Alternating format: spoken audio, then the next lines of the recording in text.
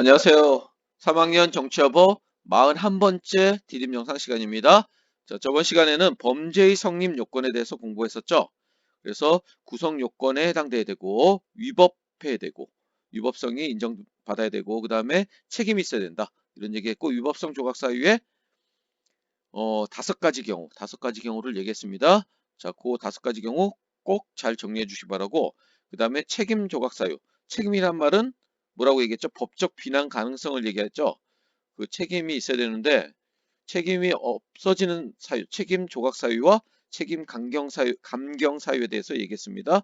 그래서 형사 미성년자 14세 미만 심신 상실자의 행위, 강요된 행위는 책임 조각 사유에 해당된다라는 얘기까지 했습니다. 그러면은 교과서 142쪽에 나와 있는 탐구 활동을 통해서 그 내용을 다시 한번 살펴보도록 할게요. 자, 범죄 성립의 3가지 요건, 구성 요건에 해당됩니까? 했고, 위법한 행위입니까? 책임 있는 행위입니까? 이렇게 1, 2, 3, 4 이렇게 얘기하고 있는데, 자, 142쪽에 있는 내용을 한번 같이 살펴볼게요. 10세인, 자, 10세, 나이 나왔네요. 10세니까 뭐 해당될까요? 그쵸, 형사 미성년자가 되겠죠. 형사 미성년자. 형사 미성년자니까 갑은 편의점에서 빵과 우유를 훔쳤다. 형사 미성년은 뭐라고 얘기했죠? 그쵸, 책임 조각 사유. 조각이란 말은 없어진다고 했습니다. 책임이 없어지는 사유.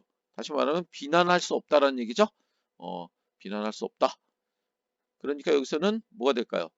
어, 그쵸. 3번에 해당되겠네요. 가는 3번에 해당되고 3번. 자, 교과서 142쪽 같이 보면 되겠습니다. 자, 을은 학교에서 실수로 다른 친구의 우산을 가져왔다. 실수로 가져온 거죠. 그러면 구성 요건에 해당되는 건가요? 절도한 건가요? 아니죠. 그 다음에 자, 위법한 행위인가요? 절도죄에 해당되지 않죠? 자, 그러니까 구성 요건에 해당되지 않고 그 다음에 위법한 행위라고도 볼 수 없는 거죠. 그 다음에 책임도 없죠. 그래서 범죄가 성립하지 않는 거니까 범죄가 성립하지 않는 거니까 어, 4번. 자, 여기서는 1번에 해당되겠네요. 1번에 해당된다. 구성 요건에 해당되는 행위가 아니기 때문에 범죄가 성립하지 않는다라고 얘기할 수 있겠네요. 1번. 자, 그 다음에 비 오는 날 새벽 과속 운전으로 병원 술에 취해 횡단보도를 건너던 행인을 치어 다치게 했다. 이거는 뭘까요? 당연히 자, 다른 사람을 다치게 했으니까 구성 요건에 해당되고 위법한 행위이기도 하고 그 다음에 책임 조각 사유에 해당되지도 않죠. 그래서 여기서는 범죄가 성립한다 라고 봐야 되겠네요. 4번에 해당되고 정은 총을 들고 협박하는 은행 강도로부터 자신을 방어하기 위해서 강도를 밀쳐 넘어뜨리는 상해를 입힌 것은 구성 요건에 해당되지만은 이거는 은행 강도로부터 자신을 방어하기 위한 뭘까요? 바로 정당 방위라고 봐야 되겠죠. 위법성 조각 사유에 해당되기 때문에 자, 여기서는 범죄가 성립하지 않는다. 바로 2번에 해당되는 얘기라고 볼 수 있겠네요. 그 다음에 변호사인 무는 어린 딸의 생명을 해치겠다는 협박을 받아. 자, 이건 뭘까요? 자, 비밀을 상대방에게 알려준 것은 분명히 구성요건, 범죄 구성요건에 해당되고 그 다음에 위법한 행위에도 해당되지만은 이거는 뭘까요? 강요된 행위이기 때문에 책임성 조각 사유에 해당되겠죠. 그래서 정답은 여기서 답은 3번에 해당되는 말이겠네요. 3번. 3번에 아이고. 3번에 해당되고 3번에 해당된다고 볼 수 있겠네요. 자, 이렇게 정리해 볼 수 있겠습니다. 142쪽을 정리해 봤고 자, 다음으로 자, 이제 범죄의 구성 요건에 대해 성립 요건에 대해서 범죄의 성립 요건에 대해서 공부했고 형벌과 보완 처분, 범죄에 대해서 공부했으니까 형벌과 보완 처분에 대해서 공부해야 되겠죠. 그래서 형벌의 의미는 범죄에 대한 법률상의 효과로서 국가가 범죄자에게 뭘까요? 국가가 범죄자에게 공권력을 행사하여 부과하는 처벌을 형벌이라고 얘기합니다. 그래서 형벌에는 이렇게 4가지 종류가 있습니다. 4가지 종류. 가장 어, 무거운 형벌이 뭘까요? 무거운 형벌이 생명을 박탈하는 사형이 되겠죠. 사형에 해당되고 생명형. 자, 생명을 박탈하는 사형이 해당되고, 우리나라는 실질적인 사형. 자, 지금도 사형이라는 형법에는 사형이 존재하고 있지만은 어, 사형이 어, 오랫동안 집행되지 않은 그런 어떤 실질적으로 사형이 어, 지금 이루어지지 않은 그런 국가로서 지금 분류될 수 있습니다. 그 다음에 자유형. 자유형에는 세 가지 종류가 있죠. 자, 세 가지가 어, 자, 징역이 있고, 징역. 자, 여기 기간이 한 달 이상이라는 수감되어 있고, 정역에 복무한다는 점. 자, 한 달 이상이고 정역에 복무한다는 것이 징역의 특징이 되겠습니다. 징역은 유기징역과 무기징역으로 나누고, 유기징역은 1개월 이상 30년 이하의 기간이며, 가중하는 경우에는 50년까지 가능하다고 합니다. 그 무기징역은 종신형 에 해당되지만은, 자, 무기징역을 선고받은 사람이 20년 이상 경과하면은 가석방이 가능하다, 이렇게 얘기할 수 있습니다. 자, 그리고 자, 여기 기간으로 보면은 한 달 이상 교도소에 수감한다는 점에서는 징역과 같지만은, 정역을 부과하지 않는다는 점에서는 다르죠, 징역과. 자, 여기서 정역이라는 건 뭐냐면은, 징역형을 선고받은 재소자에게 주어지는 일정한 작업을 말하는 것으로서, 수용자의 연령, 형기, 건강, 기술, 기타 여러 가지 상황에 따라서 부과하는 것을 얘기하는 거죠. 노동형을 얘기하는 겁니다. 일종의. 자, 노동형을 부과하지 않는 것을 금고라고 하죠.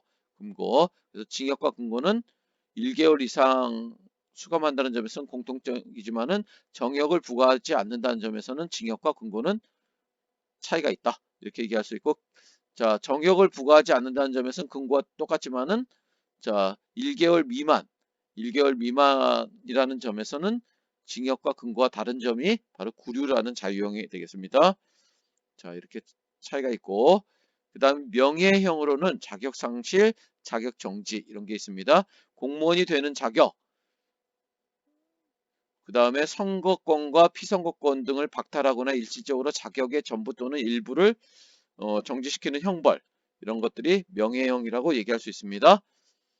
그 다음에 자, 재산형은 5만 원 이상 부담하는 것을 벌금이라고 하고, 그 다음에 굉장히 적은 액수 5만 원 미만이 과료라고 하죠. 과료.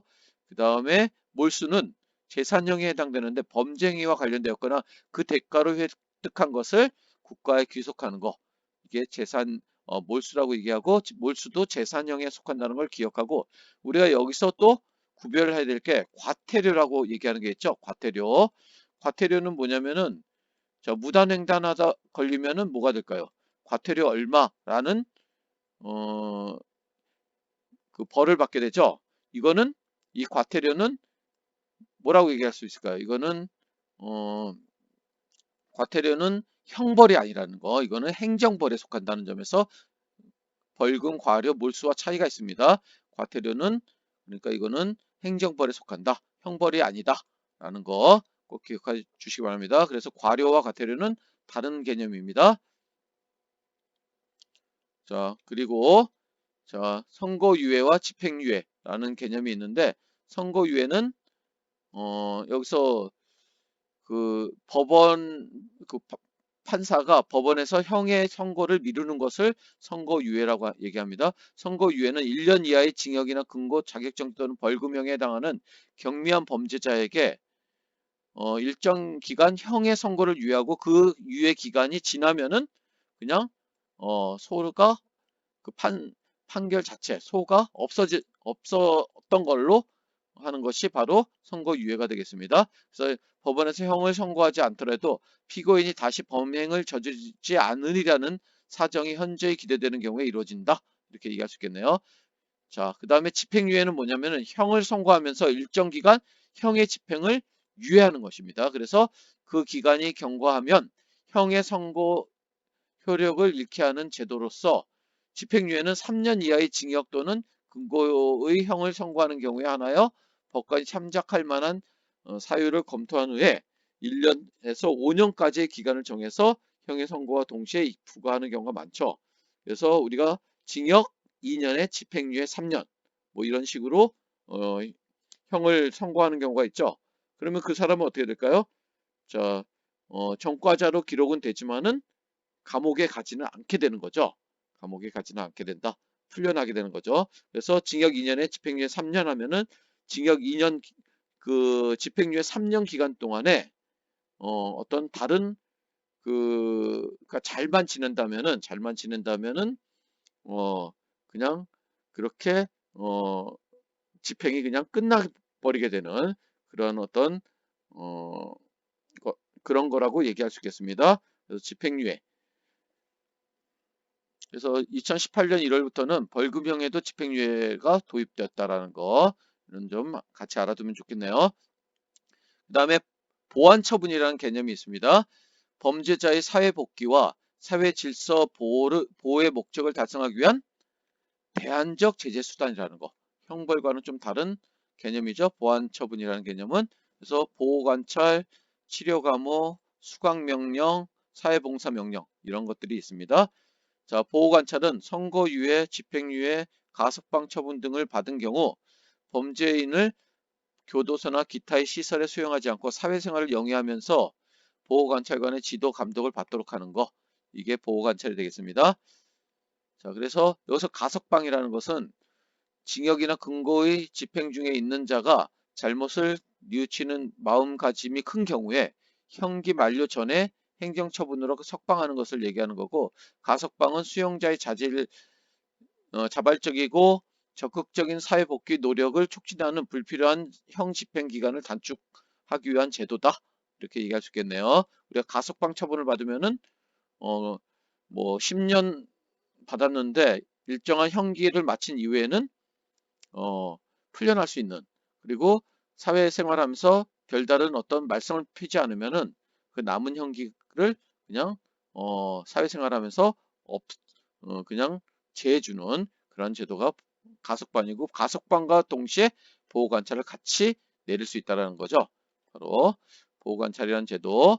자, 이 보완처분은 대안적인 그러한 어떤 제재 수단이라는 것을 기억하면 되겠습니다. 자, 나머지 얘기는 다음 디딤 영상에서 하도록 할게요.